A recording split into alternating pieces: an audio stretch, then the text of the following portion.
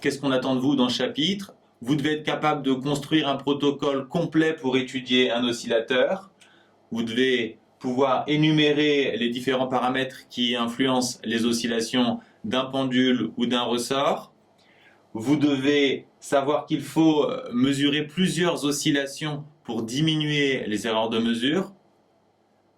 Vous devez connaître les différents types d'incertitudes, absolues et relatives. Vous devez pouvoir écrire un résultat sous la forme M plus ou moins U, c'est-à-dire la mesure plus ou moins l'incertitude absolue. Et vous devez savoir effectuer une analyse dimensionnelle pour trancher si une formule est possible ou non.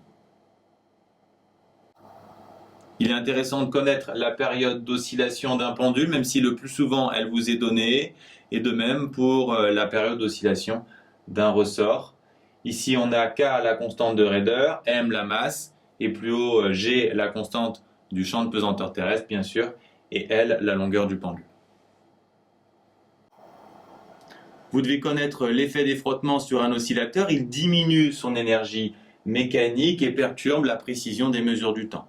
C'est pour cette raison qu'on utilise d'autres horloges, les horloges atomiques qui apportent plus de précision.